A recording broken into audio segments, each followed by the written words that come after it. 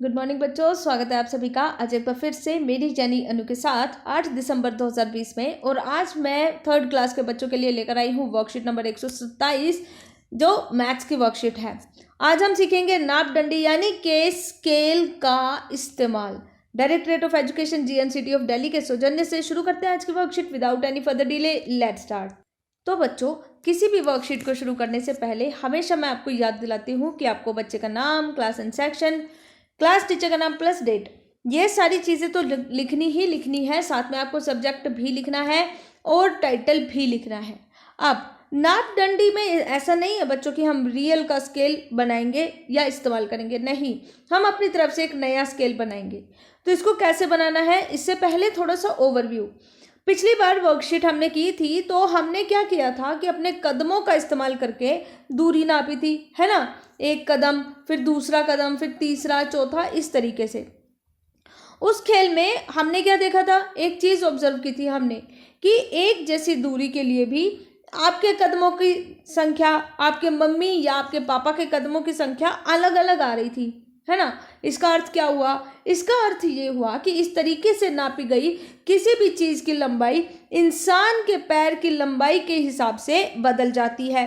यानी कि अगर किसी का पैर लंबा होगा तो उसकी लंबाई कम नापी जाएगी, और अगर किसी का पैर छोटा होगा तो उसके ज़्यादा कदम लगेंगे, यानी कि ज़्यादा कदम का रिजल्ट आ जाएगा। इसलिए हम क्या कह सकते हैं, हम ये कह सकते हैं कि लंबाई नापने के लिए कोई ऐसी चीज़ चाहिए जिसका इस्तेमाल करके वस्तुओं को नाप सके और जिसका नाप सभी के लिए एक जैसा आए। ऐसा ना हो कि जिसका कभी बड़ा आ रहा है कभी छोटा आ रहा है, नहीं, जितनी भी बार हम नापेंगे उतनी ही बार वो एग्जैक्ट आना चाहिए, उतना ही आना चाहिए। तो इसके लिए हम क्या करें, इसके लिए हम सब मिलकर एक ऐसी चीज़ बनाते हैं जिसको हम नाप डंडी कहेंगे, ठीक है, यानी हमारा खुद का स्केल। इस कार्य को करने के लिए हमें क्या करना है, मैथ्स की बुक की ज़रूरत है। बुक के पेज नंबर 8 पर बने इस चित्र की लंबाई, जैसे ये देखिए, ये पूरी पिक्चर बनाई गई है, ये एक पिक्चर है, ये पेज है, और इस पेज पे ये जो आउटलाइन आपको दिखाई दे रही है ये है पिक्चर, ठीक है। और इस पिक्चर की लंबाई के जितनी एक आपको पतली स्ट्रिप काटनी है। याद रखिएगा, आपको बिल्कुल इसी की जितनी ही लंबी काटनी है, ठीक है। इसे हम क्या कहेंगे, इसे हम नाप डंडी कहेंगे। इसी का इस्तेमाल करके अब हम चीज़ों को नापेंगे, ये हमारा खुद का स्केल है। चलिए अब इसी नाप डंडी का इस्तेमाल करके हम अपनी मैथ्स की बुक की चौड़ाई नापते हैं। आप भी हमारे साथ कीजिए। मान लीजिए कि हमारी नाप डंडी ये वाइट कलर की है, ठीक है। कौन से कलर की है, ये वाइट कलर की है। सबसे पहले हम क्या करेंगे, अपनी मैथ्स की बुक लेंगे और लेफ्ट से नापना शुरू करेंगे।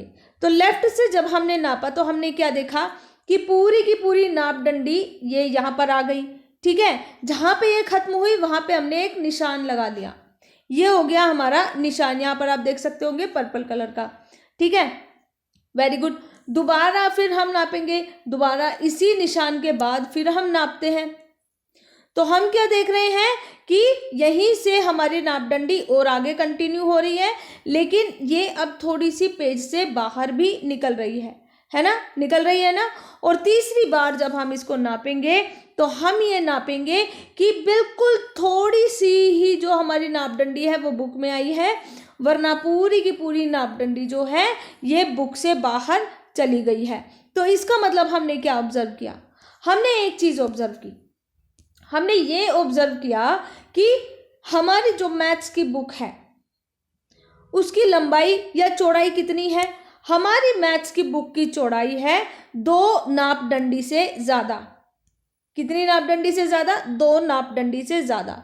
एक हमने कहाँ की थी, एक हमने यहाँ की थी। देखो, एक नाप डंडी हमारी यहाँ आ गई पूरी, वेरी गुड। फिर हमने यहाँ पर एक निशान लगा लिया, यहाँ पर देखिए पर्पल कलर से आपको निशान दिखाई दे रहा है ना, ध्यान से देखिए। अब यहाँ पे हमने पर्पल कलर से निशान लगा लिया, फिर दोबारा से इसी निशान के साथ में हमने अपनी नाप डंडी रखी, अगेन हमने नापा, तो हमने क्या देखा कि यहाँ पे हमें निशान लगाना है, फिर हमने यहाँ पे दोबारा निशान लगा लिया।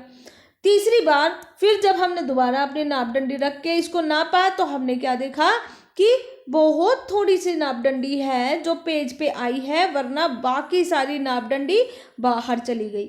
यानी कि हमारी जो मैथ्स की बुक है उसकी चौड़ाई कितनी है? उसकी चौड़ाई है 2 नापदंडी से ज़्यादा। ठीक है। अब इसी तरीके से आपको क्या करना है, आपको बुक की लंबाई पता करनी है। ठीक है।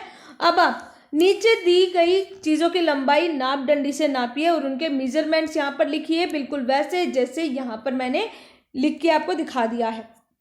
गणित का जादू यानी मैथ मैजिक, इस बुक की लंबाई कितनी है? ये चौड़ाई बताई है मैंने आपको लंबाई पता करनी है, यानी ऊपर से नीचे ये कितनी लंबी है ये आपको पता करके यहाँ पर लिखना है। फ़ोन की लंबाई कितनी है? आपके पापा के पास जो फ़ोन है, मम्मी के पास जो फ़ोन है, उसकी लंबाई कितनी है? पेंसिल बॉक्स की लंबाई, आपके खुद के हाथ की लंबाई, मेज की लंबाई, स्कूल डायरी और फिर स्कूल बैग की भी लंबाई आपको इसी तरीके से मेज़र करके लिखनी है। ठीक है। यहाँ पर खत्म होती है हमारी आज की वर्कशीट, लेकिन जाते जाते पेरेंट्स के लिए सुझाव। डियर पेरेंट्स, बच्चों को बताइए कि हमारी शारीरिक लंबाई एक निश्चित उम्र तक ही बढ़ती है, इसलिए सही शारीरिक विकास के लिए संतुलित भोजन और व्यायाम बेहद ज़रूरी है, ताकि हमारा जो शरीर है वो हष्ट पुष्ट और स्ट्रोंग बने और लंबा बने। ठीक है। फिलहाल कोरोना वायरस से बचने का उपाय ये है कि जब भी आप घर से बाहर निकलेंगे तो मास्क पहनकर निकलेंगे, और इतना ही नहीं, फिजिकल डिस्टेंसिंग यानी 6 फीट की या 2 गज की दूरी हमेशा बनाकर रखेंगे और अपने हाथों को साबुन व पानी से नियमित रूप से धोते रहेंगे।